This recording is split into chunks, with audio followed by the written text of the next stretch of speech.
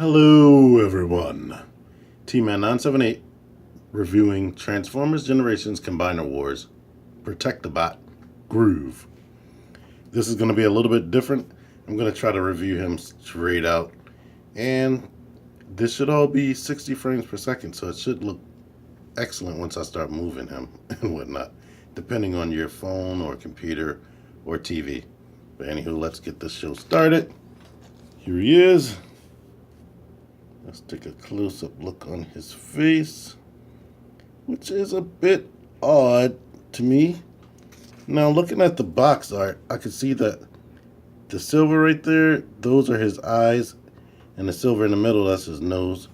But when you really look at it hard, it looks like the gold part is his mouth. The silver could be his cheekbones with his nose in the middle, and then his eyes are right up under the slits on his helmet right there. Anyway, that's a good close-up look on the face. The head, it can turn, but very slightly, and it's really hard to do. If I have any complaints about his robot mode, it's the proportions. The shoulder and the bicep and shoulder stop all the way up there, but the forearms come all the way down to his knees. And then, on top of that, his crotch is almost as high as his elbows, which are already too high. So, getting him into certain poses, the proportions are just off, and he just looks freaking weird. But anyway, one thing that would have took this guy to the next level is if they had some weapons. I don't know why Hasbro is being so cheap and not giving us weapons with these guys. Some of them have weapons, but some of them don't. So I don't know what they're doing there. It can't be that much more expensive to just throw a light piece of plastic in there. Here's some guys around his height.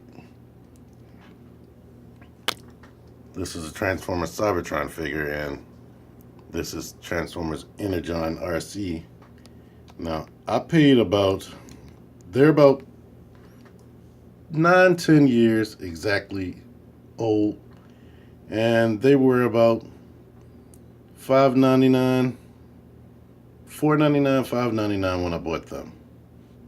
And they come with weapons, and they're made out of thick, heavy plastic. These are even RC feels way heavier. And RC, she's slightly bigger than him, thicker, and she came with this weapon with a missile. This is like 4 parts. We don't get that anymore, which is very disappointing to me.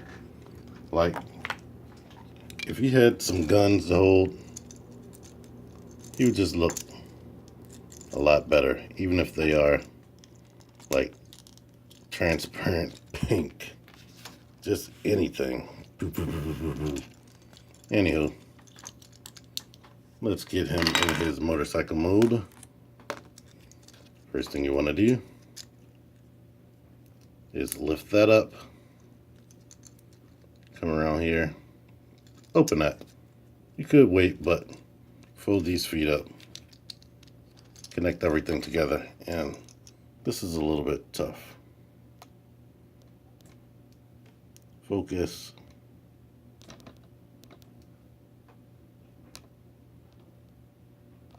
Focus. These 2 grooves right here, if you can see that, there's a peg on the opposite wheel. The thicker peg needs to fit in between that. If you don't get that just perfectly, you won't be able to shut the legs together.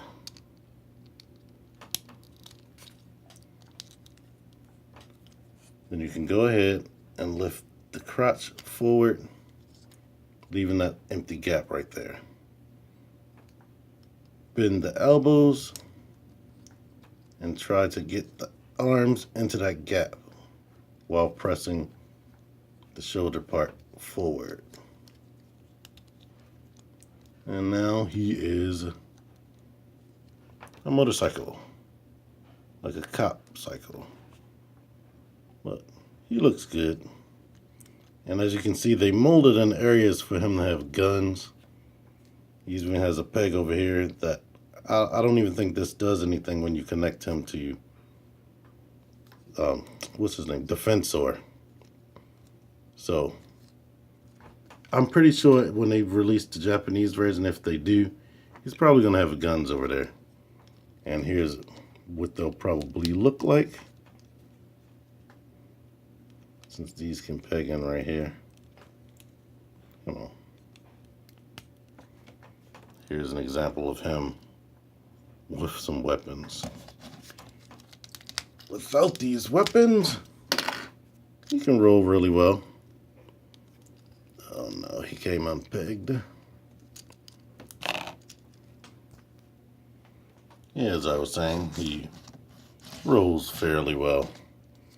Or he did yesterday when I was playing with him. Come on. Yeah, there we go. And if we take Captain Linux here from Human Alliance Jazz, his hands doesn't fit around the handlebars, but he looks nice riding him. He might be a little bit too big, but there's an option right there. Before I get too farther, forgot to show off his collector's cart right here. And I didn't show off his packaging.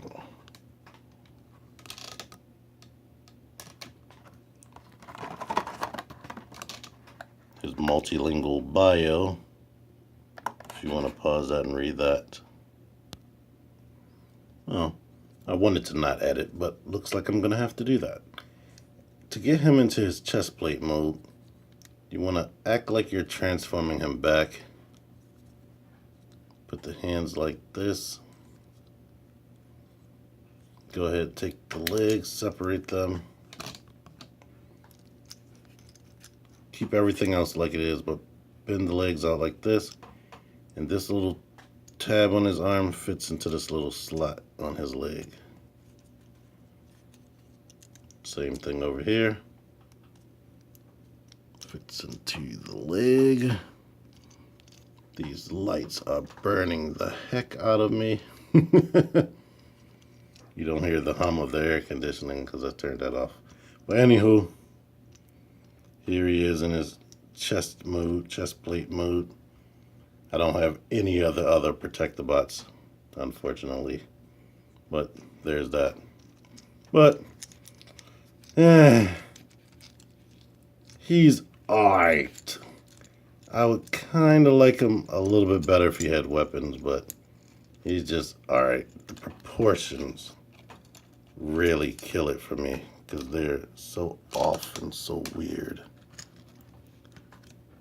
And putting him into a pose is just like, those legs are so long and goofy looking. I haven't seen anything like this in a very, very long time.